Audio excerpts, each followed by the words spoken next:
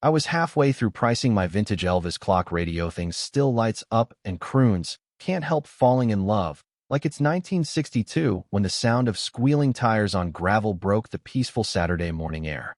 Meredith Thorne, high priestess of our homeowners association and self-appointed tyrant of suburban decency, came tearing around the corner in her souped-up golf cart, like she was chasing down a fugitive. The woman had 3 flags flying from that thing. One said, HOA forever. Another was an eagle holding a scroll, and the third was, no joke, her own face. She screeched to a halt in front of my driveway, stomped her orthopedic heels up to my garage like she was issuing a warrant, and without a word, slapped a neon orange notice of violation onto the wall beside my garage sale today sign.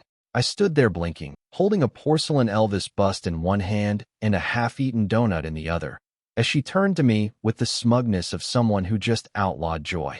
Garage sales are now prohibited, per HOA Resolution 46B, she said, sounding like a DMV printer with a superiority complex. Effective immediately. You're in direct violation. I blinked again. You're kidding, right, Meredith? I've been doing this garage sale every spring for 15 years. She sniffed like I'd offered her tap water. Well, Arthur, times change.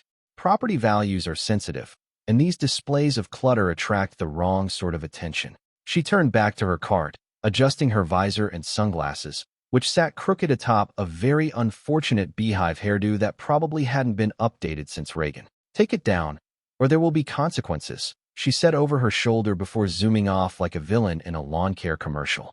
My neighbor Leo shuffled over from across the street with his coffee and a look like he just witnessed a war crime. She banned garage sales now, he muttered. What's next? Breathing too loud. I looked down at the citation, then at my carefully arranged tables of treasures.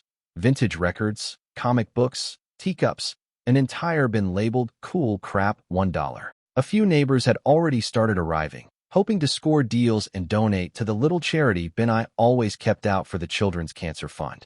I waved them off gently, apologizing with clenched teeth. My blood was boiling, not just because she shut down the sale, but because she knew exactly what it meant to this neighborhood.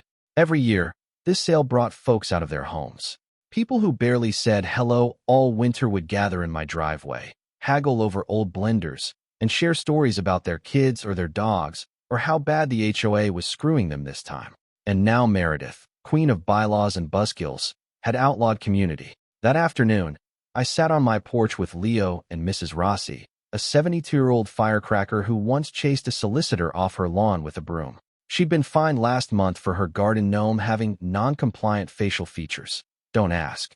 I'm telling you, she said, sipping her tea like it was scotch. That woman needs a hobby that doesn't involve crushing souls. Leo nodded. She's on a power trip.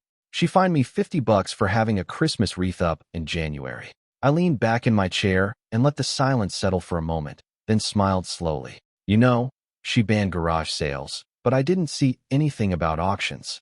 Mrs. Rossi leaned forward like I just handed her a winning lotto ticket. You're not thinking what I think you're thinking? Oh, I am, I said, and it's going to be glorious. That night, I pulled out an old leather-bound binder from my teaching days.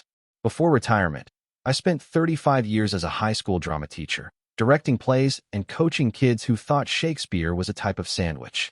I still had connections, one in particular who might just be able to help me take this little rebellion to the next level. I started making calls. I drafted a flyer. Neighborhood auction extravaganza. 1 day only. All proceeds to charity. Special guest appearance. I didn't name the guest yet. Suspense is half the fun. I handed them out quietly the next morning. Leo made copies. Mrs. Rossi was our flyer ninja, sneaking them into mailboxes and taping them inside the HOA-approved message board. The buzz was immediate. People were sick of Meredith, sick of being told to trim their hedges to exactly 6 inches or get a fine, sick of not being able to wash their car on Tuesdays or let their kids sell lemonade. And me? I was sick of letting someone else decide how much community we were allowed to have. Of course, Meredith caught wind of the flyers within 24 hours. She showed up at my door again, this time in a pantsuit like she was headed to a court deposition. Arthur, I heard about your little event. She practically spat the word. Auctions are just sales with more clapping. I smiled and showed her the HOA bylaws, which I'd highlighted and tabbed like a caffeinated lawyer. Auctions, I read aloud, are not expressly prohibited under Resolution 46B. She narrowed her eyes. This is a workaround. It's a loophole, I corrected. And it's for charity. She took a step forward, practically growling. You're going to regret this. Meredith, I said, stepping closer. I'm 78. My hips regret stairs, but this, I'm going to enjoy. She stormed off again, and this time I didn't just smile. I laughed, a deep, belly-shaking, liberating laugh, the kind you only get when you know the real fun's just beginning. Back in the garage, I rearranged everything. I pulled out a megaphone from an old production of Les Mis. I called in favors. Neighbors began whispering about who the celebrity guest might be. Rumors flew. One said it was a local news anchor. Another swore it was that guy from the butter commercials. But I just smiled and said, you'll see. And they would. Because if Meredith thought she'd seen a war over Lawn Height, she hadn't seen anything yet. By Monday morning, the neighborhood had transformed from a collection of weary rule followers into a buzzing hive of low-key rebellion. My flyer for the neighborhood auction extravaganza had spread faster than gossip at a church potluck. Everyone was talking about it. In the checkout line at the grocery store, during early morning dog walks, and in whispered conversations by mailboxes, as if we were organizing a covert resistance movement. Which, to be fair, we kind of were. Leo came by my house holding a clipboard and a thermos of what he claimed was just coffee, but judging by the smell and his overly cheerful grin, I suspected it had a splash of inspiration in it. So far, we've got 15 houses donating stuff for auction, he said, flipping through his notes. Mrs. Rossi is giving up her antique cookie jar collection, and the Millers are donating a vintage karaoke machine. This thing's going to be bigger than we thought. I chuckled and took a sip from my own mug. Let's just hope Meredith doesn't call on the National Guard. Of course, it didn't take long for our friendly neighborhood tyrant to catch wind that her decree hadn't exactly buried the community spirit she so desperately wanted to crush. I caught her spying through her blinds across the cul-de-sac while I practiced my auctioneer voice on the porch. I gave her a little wave. She didn't wave back. Instead, she picked up her phone with the kind of urgency usually reserved for medical emergencies or missed QVC sales. She called for an emergency HOA meeting, a typical move in her rule book when her grip on power started slipping. The next evening, a dozen of us sat stiffly in folding chairs at the community center while Meredith stood at the front like a substitute teacher nobody respected. There have been unauthorized flyers distributed. She began in her usual nasally tone that could make even cheerful news sound like a threat. There is talk of an auction, which is clearly an attempt to circumvent our policies. I raised my hand like the good little student I once taught others to be. Meredith, you said garage sales are banned. This is an auction, an entirely different beast. It's not my fault you didn't think to outlaw enthusiasm. There was a murmur of laughter. Even a couple of HOA board members cracked a smile before catching themselves and going stone-faced again. Meredith's jaw clenched so hard I thought her teeth might crack. Regardless, she said, trying to regain control. Events of that size require permits, coordination, and approval from the board. We'll be holding it on my property, I said. Private residence. You're not banning people from having guests, are you? That shut her up for a beat. I could practically hear her brain flipping through bylaws and amendments.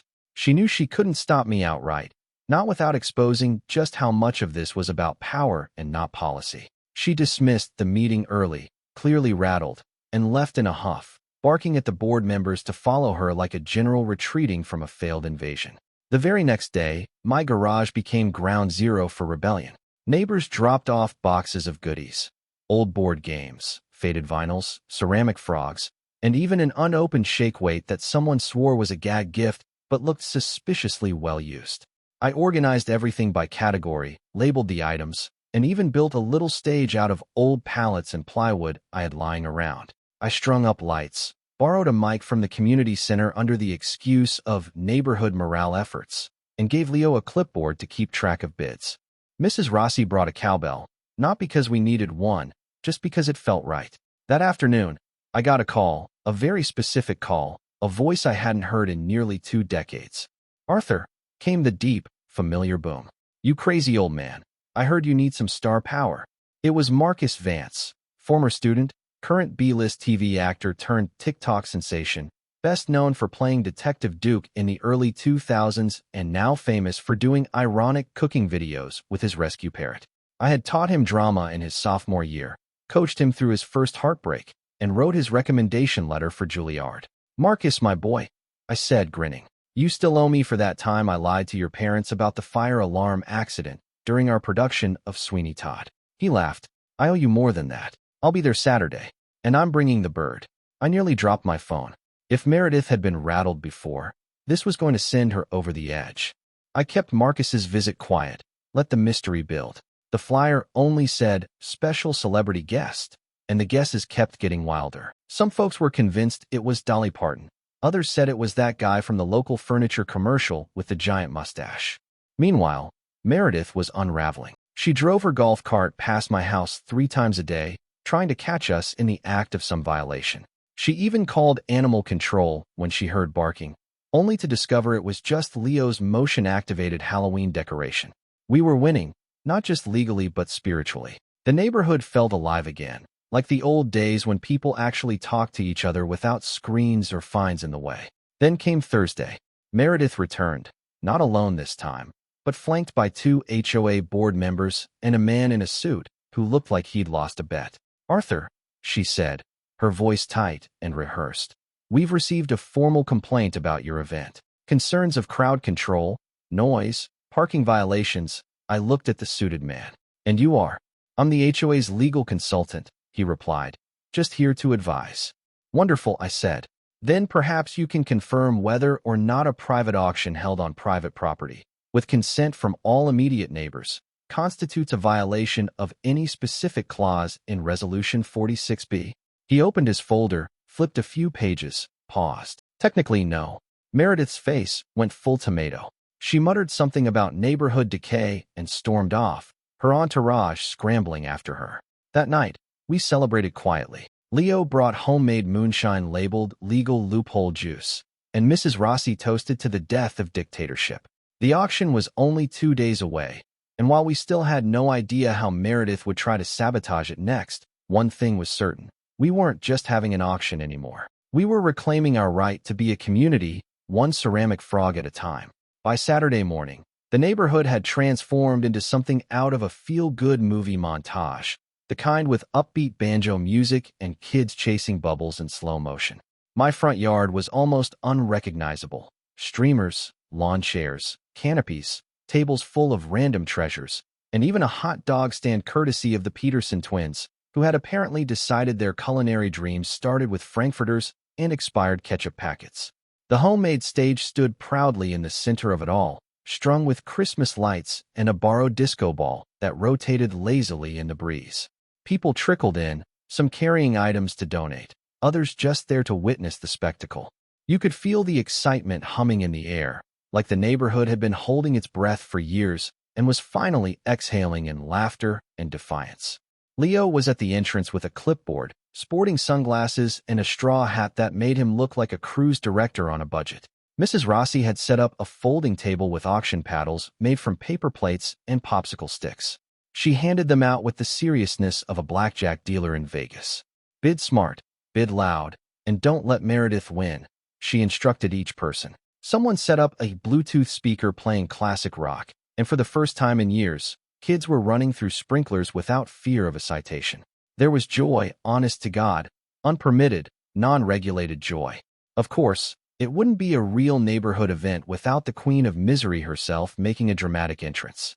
Around 10:03 a.m., Meredith rolled up in her golf cart, like it was the Pope Mobile. She wore a navy blue pantsuit and a wide-brimmed hat, both of which screamed, "I'm trying too hard." Her lips were pressed so tight they could have sliced cheese, and behind her trailed 2 unfortunate board members who looked like they'd rather be anywhere else. Meredith stepped out, clipboard in hand, eyes scanning the crowd like a hawk looking for ordinance violations. I walked up to greet her with my biggest, fakest smile. "Meredith, so glad you could join us. Be sure to stop by the hot dog stand. I hear the relish is only 6 months expired." She didn't take the bait. "I'm here to observe," she said flatly. "Any violations will be documented and dealt with accordingly." I gestured to the dozens of cheerful neighbors mingling, laughing, holding up old toasters like prized artifacts. "Observe all you like. Just try not to enjoy yourself too much. Wouldn't want the joy police coming after you." She gave me a look that could curdle milk and marched toward the nearest table, already writing in her little notebook. But Meredith wasn't the only one drawing attention. At exactly 10:30, just as I took the stage with my megaphone to begin the festivities, a silver SUV pulled up to the curb, and out stepped a man wearing a leather jacket, dark sunglasses, and a smile that could light up a baseball stadium. There was a collective gasp from the crowd. A few jaws dropped. A woman actually dropped her potato salad. It was Marcus Vance, in the flesh, former teen heartthrob, viral video star, and my former student who once played Hamlet so passionately he dislocated his shoulder during the final scene. He looked around, taking in the spectacle, and then pointed at me. "Arthur Marsh," he said, grinning, "still stirring up drama wherever you go." The crowd erupted into cheers. Phones came out, selfies were taken. People suddenly remembered every role Marcus had ever played. Meredith, who had been mid-ride on a citation for excessive lawn chairs, turned around so fast her hat flew off and landed in a bowl of coleslaw. Marcus made his way through the crowd like a rock star at a backyard concert, shaking hands, hugging old ladies, even posing with the Peterson twins for a hot dogs and Hollywood photo. Then he jumped up onto the stage and threw an arm around my shoulders. "Ladies and gentlemen," he said into the mic, "this man right here taught me everything I know about performance, courage, and how to fake a British accent well enough to fool a casting director." I tried to wave him off, embarrassed and delighted, but he wasn't having it. So when he called and said he was fighting off a power-hungry HOA president and needed a little help, he continued, glancing directly at Meredith. I cleared my schedule. Meredith, to her credit, tried to salvage her authority by pretending none of this was fazing her, but her eye twitched with every selfie Marcus took. She whispered furiously to one of the board members, who shrugged like he'd finally given up pretending to care. With the star power in full swing, the auction began. I played auctioneer, mic in hand, while Marcus served as co-host and hype man. We started with a toaster shaped like a Star Wars droid, which sold for $42 after a bidding war between two college kids. An unopened Chia pet went for $18. A vintage lava lamp somehow fetched $70 after Marcus promised to autograph it. Each item came with a story, some real, some completely made up for entertainment value, and the crowd ate it up. Laughter rolled across the lawn like thunder. Kids danced. Adults actually smiled at each other without any HOA-mandated script. Meredith tried to interrupt twice, first by claiming the music exceeded the decibel limit, then by accusing us of operating a retail business without proper zoning. Both times, the HOA's legal consultant, now thoroughly charmed and holding a chilly dog, shrugged and said, "It's all within the bylaws."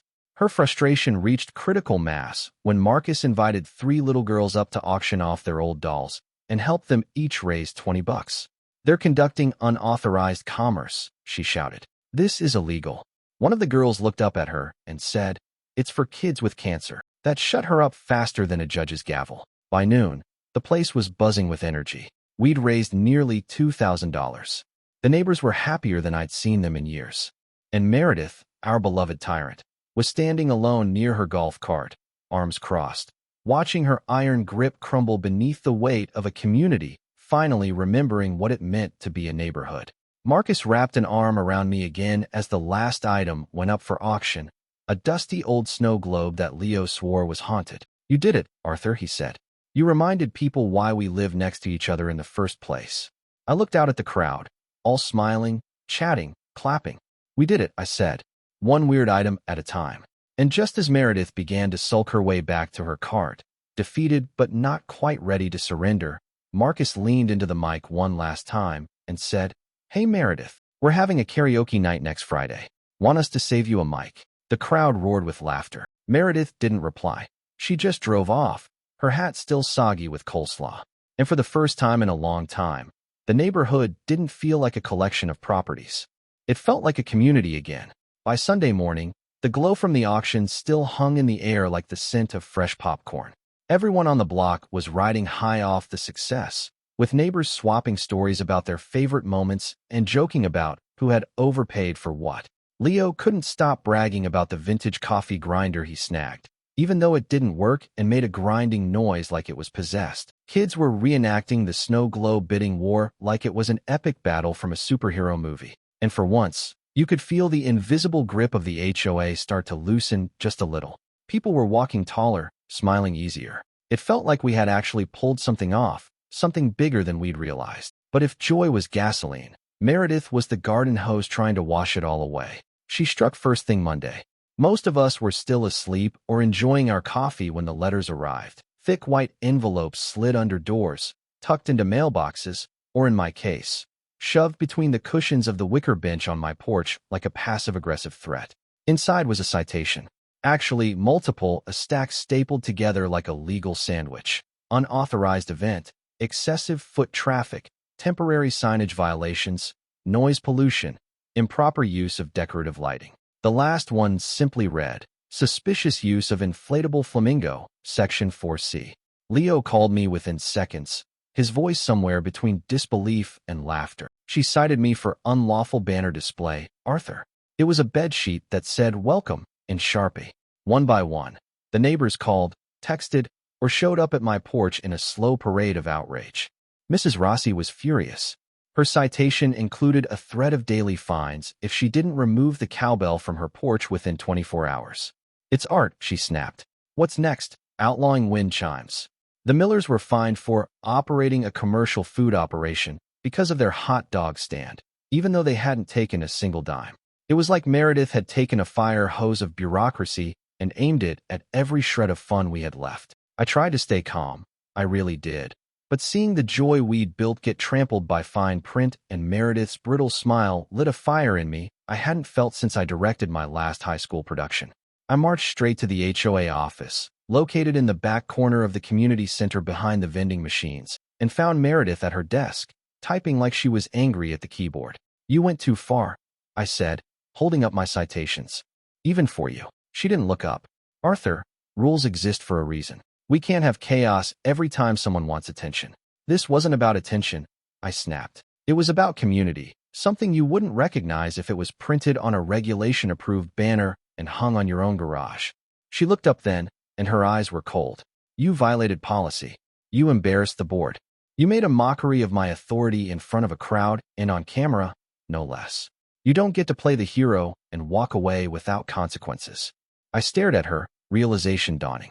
This wasn't about flamingos or foot traffic. It was about pride, about power, about the one thing Meredith feared more than rule-breaking, being ignored. You're doing all this, I said slowly, because for one afternoon, nobody cared about you. She flinched, just a little, but I saw it. That afternoon, I sat on my porch feeling something I hadn't felt since my last bad health scare. Tired. Not physically, soul-tired. I looked around the neighborhood and saw curtains drawn, music silenced, people walking their dogs without waving. The mood had shifted. The laughter was gone. Fear was creeping back in like a fog. Marcus called that evening. He had flown back to Los Angeles. But the moment he saw my face on the video call, he knew something was wrong. I explained what Meredith had done. The citations, the threats, the fines. He leaned forward. You want me to call someone? I know a guy with a legal background and a bad attitude. I smiled, but it didn't quite reach. I appreciate it, Marcus, but this has to come from us, from the people who live here. We can't keep letting her win by wearing us down. He nodded slowly. Then let me help in the way I know how. The next morning, a video hit social media. It was Marcus on his porch, holding a coffee and wearing a shirt that read, Save Suburbia. He talked about what happened, how an elderly man had rallied a neighborhood, thrown a charity auction, and was now being punished for bringing people together. He named the HOA. He named Meredith, politely, but unmistakably. And then he ended it with a quote I used to say before every school play. Sometimes the stage finds you. By noon, the video had gone viral, not just locally, nationally. People shared it, commented, sent donations to our little charity fund. News crews started calling. My voicemail filled with reporters. The neighborhood buzzed back to life. Even those who had previously stayed quiet began speaking up, stepping out, saying enough was enough. The pressure on the HOA board mounted by the hour. Meredith didn't take it well. She started issuing statements, trying to paint us as disruptive, uncooperative, even dangerous. But it was too late. The dam had cracked, and the water was rushing in. An emergency HOA meeting was called, this time not by Meredith, but by the board. Word spread fast. Every chair in the community center filled. People stood along the walls. Marcus wasn't there in person, but his face joined us via video on a giant screen someone wheeled in on an old AV cart. I took the floor, standing behind the same podium where Meredith had once declared garage sales an offense worthy of public flogging. I spoke from the heart about growing older, about losing people, about how easy it is to drift apart and how much harder it is to pull together, about how this neighborhood used to be more than just lawns and fences. I wasn't angry. I was tired. And I said so. I ended with one question. Do you want to live in a place that fears connection or one that celebrates it? There was silence for a long moment, then applause, slow then swelling. Even the board members looked stunned. And Meredith? Meredith just sat there, for once without a snide word or a backup rule. She looked around and realized, maybe for the first time, that her era was ending. Not because she was voted out, not yet, but because no one was listening to her anymore. And for her, that was the beginning of the end. It rained the morning of the emergency vote. Not a hard, stormy downpour, but that slow, steady drizzle that seems to soak everything quietly and gives the world a sense of calm before something big. I sat on my porch with a cup of black coffee, watching the raindrops fall off the edge of the awning like a metronome, steady and deliberate. Leo joined me not long after, umbrella in one hand, a tattered envelope in the other. She's nervous, he said, tapping the envelope filled with the final round of Meredith's citations, which we'd all received last week. I saw her pacing on her porch this morning, had 3 different binders under her arm, probably trying to alphabetize her power one last time. I didn't respond right away, just watched the kids splash through puddles down the street, their laughter faint but present. The weather hadn't stopped them, just like Meredith hadn't stopped us. She tried, God she tried, but there was only so much fear you could peddle before people stopped buying it. Eventually, folks get tired of being scared. They start to remember who they are, neighbors, friends, people who used to know the names of each other's dogs and borrow sugar without filling out a form. By the time we arrived at the community center, the place was packed. More than packed, it was overflowing. People stood in the hallway, leaned against the walls, held babies and umbrellas in each other. There was a current running through the crowd, an energy that hadn't been here in years. Some of the board members looked overwhelmed, like substitute teachers realizing the students had formed a rebellion. And there she was, Meredith, wearing a crisp beige suit and a smile so forced it looked like a mask made of wax. She stood at the front of the room, flanked by her dwindling supporters, still gripping her rulebook like it was a holy text. But her eyes scanned the room and found fewer nods than she was used to. She didn't look powerful, she looked surrounded. The meeting started with formality. The board chair, a timid man named Brian who once fined someone for painting their mailbox too teal, cleared his throat and explained the agenda. A motion has been put forth by no fewer than 12 residents requesting the removal of the current HOA president, Meredith Thorne, citing abuse of authority, personal bias, and failure to represent the interests of the community. The words hung in the air. Meredith didn't flinch, but her hands tightened around her binder. The room was quiet. Then Brian added, almost apologetically, "Arthur, would you like to speak?" I stood slowly. My knees ached from years of bad posture and good stories, but I didn't need to move quickly. I just needed to speak clearly. I looked out at my neighbors, at faces I'd known for decades and some I just met at the auction, and I told them the truth. I told them that I didn't care about decorations or lawn lengths or whether your trash bins were visible on a Tuesday. I cared that we'd become strangers, that we'd forgotten how to laugh across fences, how to say hello without suspicion. I told them about the years after my wife passed when this community became my anchor, about the joy I'd found in garage sales and bake-offs and Halloween hayrides. I told them Meredith hadn't just banned garage sales, she'd banned connection. And we let her, until we didn't, until we remembered that we don't live in a neighborhood just to exist. We live here to belong. I didn't cry, not then, but my voice cracked near the end. And when I looked out at them, I saw people nodding, not just politely, but with understanding, with shared hurt and shared hope. And then I stepped back. The vote began. One by one, hands were raised. It wasn't close, not even remotely. The majority of the room lifted their hands like a wave, slow but rising, until even the board had to acknowledge it. Meredith was out, just like that. She stood for a moment, blinking like the world had moved without her. No speech, no rage, just a quiet, stunned silence. She gathered her papers, turned on her heel, and walked out into the rain. The door closed behind her, and no one clapped, not out of disrespect, but because the real victory wasn't her leaving. It was everything that came next. The very next week, the HOA bylaws were revised. Out went the garage sale ban. Out went the cowbell restrictions, the lemonade stand penalties, the inflatable holiday decoration policy. In came a new section, proposed by Leo and seconded by half the room, that mandated a quarterly community joy event. No joke, that's what we called it. And that auction?